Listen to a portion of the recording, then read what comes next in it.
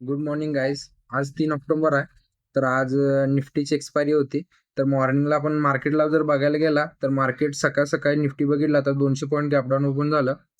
तर इराण आणि इस्रायलची जी वॉरची न्यूज बाहेर पडली त्यामुळे आपल्या इंडियन मार्केटवर बॅड इम्पॅक्ट झालेला आहे.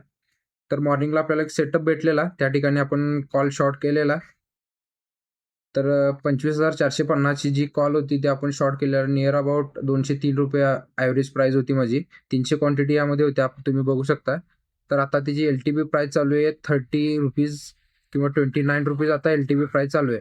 तर त्याच्याच खाली एक कॉल ॲड केला गेला, ती म्हणजे हेज बेनिफिट घेण्यासाठी आपण कॉल घेतलेला तो. तर आपल्याला रिक्वायरमेंट मार्जिन यामध्ये लागत होतं 9,84,000चं. तर हेच बेनिफिट घेतल्यानंतर आपल्याला अराउंड 2,37,000च्या आसपास आपल्याला आपला ट्रेड एक्झिक्यूट झालेला 300 क्वांटिटीमध्ये. तर आता तुम्ही बघू शकता की त्यामध्ये आपलं रनिंग प्रॉफिट 50,000च्या अबाव चालू आहे.